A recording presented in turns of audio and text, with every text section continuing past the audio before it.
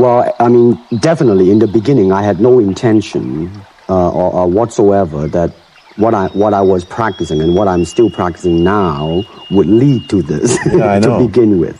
But martial art has a very, very deep meaning as far as my life is concerned, because as an actor, as a martial artist, as a human being, all these I have learned from martial art. Maybe for our audience who doesn't know what it means, you might explain exactly what you mean by martial art. Right.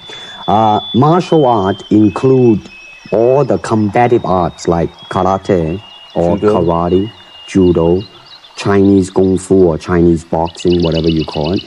All those. You see, like Aikido, Korean, I can go on and on and on. But it's a combative form of fighting. I mean, it's not... Some of them became sport, but some of them are still not. I mean, they use, for instance, kicking to the groin, jabbing fingers at the eyes, and things like that. No wonder you're successful in Chinese movies are full of this kind of action anyway. They needed a guy like you could... Violence, man. So you didn't have to use a double when you moved into the motion picture world here. You did it all yourself. Right. Can you break 5 or 6 pieces of wood with your hand or your foot? I'll probably break my hand and foot. But tell me a little bit... you set up a school in Hollywood, didn't you, for people like James Garner and Steve McQueen and the others? Yes. Why would they want to learn Chinese martial arts? Because of a movie role?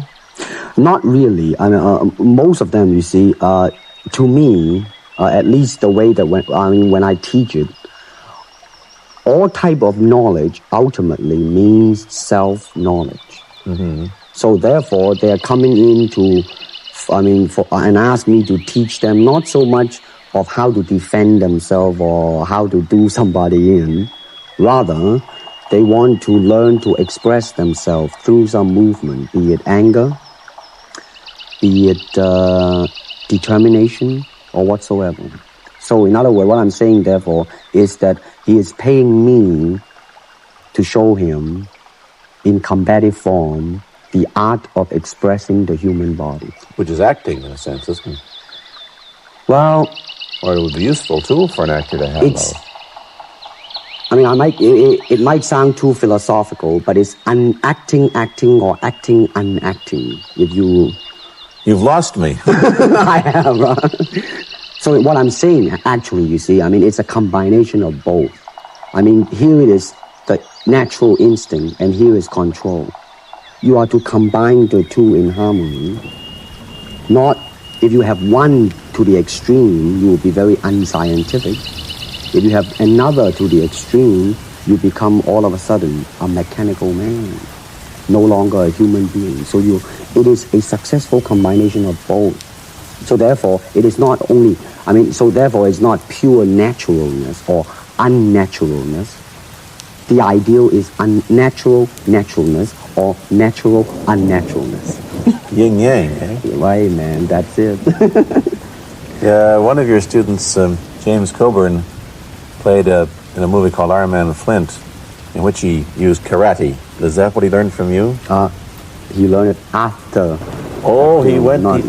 After he played in Iron Man. Right.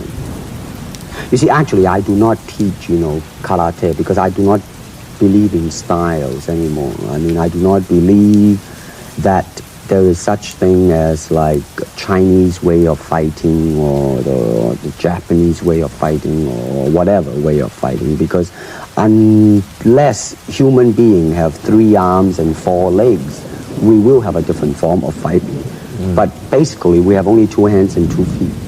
So styles tends to not only separate man, because they have their own doctrines, and then the doctrine became the gospel truth, that you cannot change, But if you do not have style, if you just say, well, here I am, as a human being, how can I express myself totally and completely? Now, that way, you won't create a style, because style is a crystallization, that way, it's a process of continuing growth. You talk about Chinese boxing. How does it differ from, say, our kind of boxing? Well, first we use the feet. That's and then start. we use the elbow. And You use the thumb too? you name it, man. We You use it all.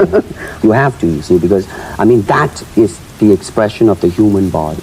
I mean, everything. I mean, not just the hand. And when you're talking about combat, well, I mean, if it is a sport, now you're talking about something else. You have regulations, you have rules. But when you're talking about fighting as it is, rules. with no rules, Not real fighting. well then, baby, you better train every part of your body. And when you do punch, now I'm leaning forward a little bit, hoping not to hurt any camera angle. Yeah.